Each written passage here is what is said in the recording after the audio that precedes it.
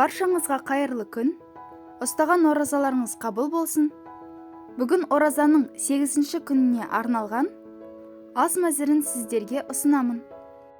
Біздің бүгінгі ас мәзірімізде дімләма тағамы, ет қосылған тойымды жұқпа және қуырылған картоп қосылған салат. Бүгінгі ауызашардың ас мәзірі сіздерге ұнайды деген ойдамын. Бізбен бірге болыңыздар.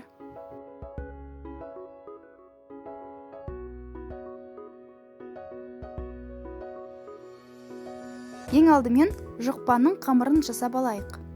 1 стакан қайнаған суға, жарты шай қасық тұз, 1 ас қасық өсімдік майы және 2,5 стакан ұнды аз-аздан салып қамыр илейміз.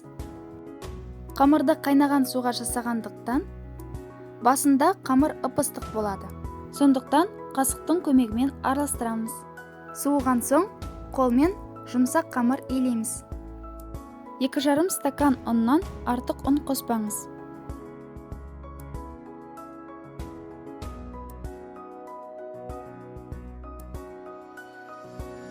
Бізде осындай өз формасын ұстап тұратын қамыр шығуы керек.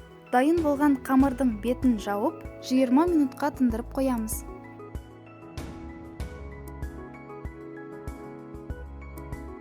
Біздің қамырымыз дайын болғанша салмасын жасайық. Табаға аздап май құйып қыздырып аламыз. 2-3 дана пиязды турап, қызып тұрған майға салып, алтын түсті болғанша жақсылап қуырып аламыз. 300 грамм етті ұсақтап турап, пияздың үстіне салып қуырып аламыз. Етті ет тартқыштан өткізбеңіз.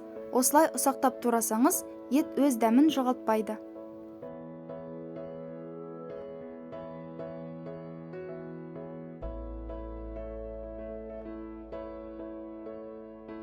Етті жақсылап қуырып алған соң, 5-6 дана сәбізді үткіштен өткізіп, еттің үстіне салып, оны да қуырып аламыз.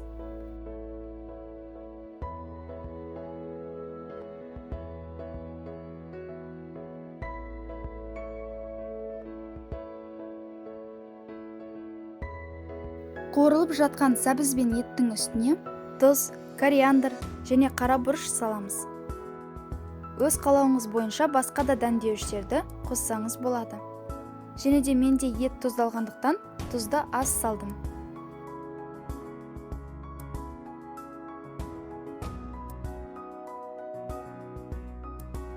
Сәбізді қуырып болған соң, жарты кесе көлемінде су құйып бұқтырып қоямыз. Жұқпаның салмасы дайын болғанша, дімләма тамағын жасаймыз. Бұл тағамды бұқтырма, сірне деп те атайды. Дімләмаға қажетті заттар: қырыққабат, май, картоп, сәбіз, сарымсақ, пияз, ет, қызанақ, болгар бұрышы және дәмдеуіштер. Ең алдымен қазанға май құямыз. Дімләма тамағын қойдың құйрық майын ертіп жасауға да болады.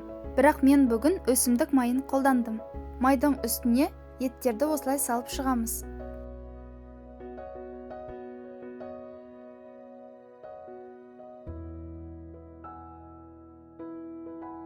Еттің бетін аздап қана тұздаймыз.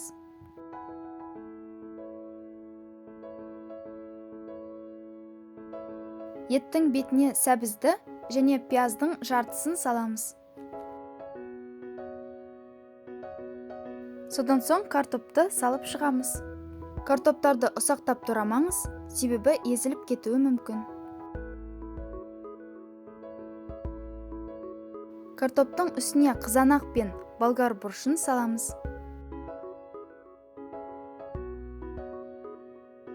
Қалған пиязды, тұз, дәмдеуіштер және сарымсақты саламыз.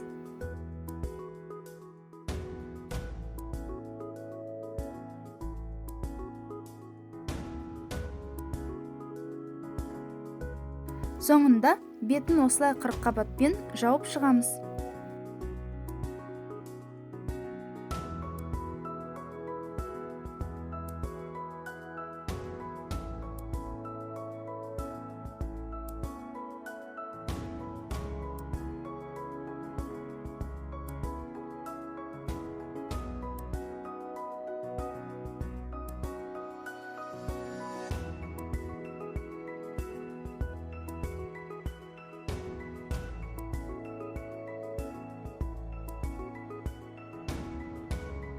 аз көк салсаңыз да болады. Менде қырыққабат жаңадан піскен балғын болмағандықтан 1 кесе көлемінде су құйдым. Қазанның бетін жауып, 1 немесе 1,5 сағат көлемінде бұқтырып қоямыз. Бұқтыру уақыты жасап жатқан тамақтың көлеміне байланысты. Мен 10 литрлік қазанға пісіріп жатқандықтан 1,5 сағатқа бұқтырдым.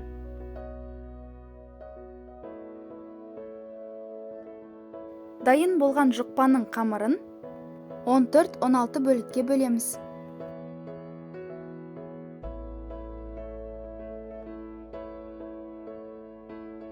Әрбір бөлікті видеода көрсетілгендей етіп дөңгелектейміз.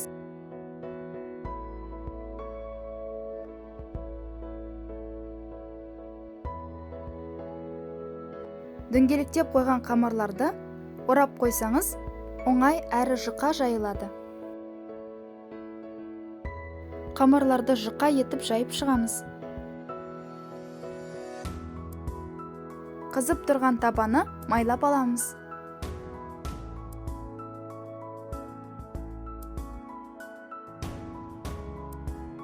Қамырды салып, бір жағын пісіріп аламыз. Қамырдың бір беті піскен соң, келесі бетіне аударып, дайындап қойған салманы саламыз.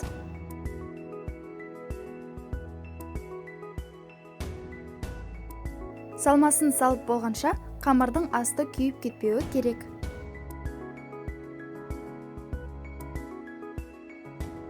Қамырды бетіне жауып, келесі бетіне аударамыз. Пісіп шыққан жағына салмасын саламыз.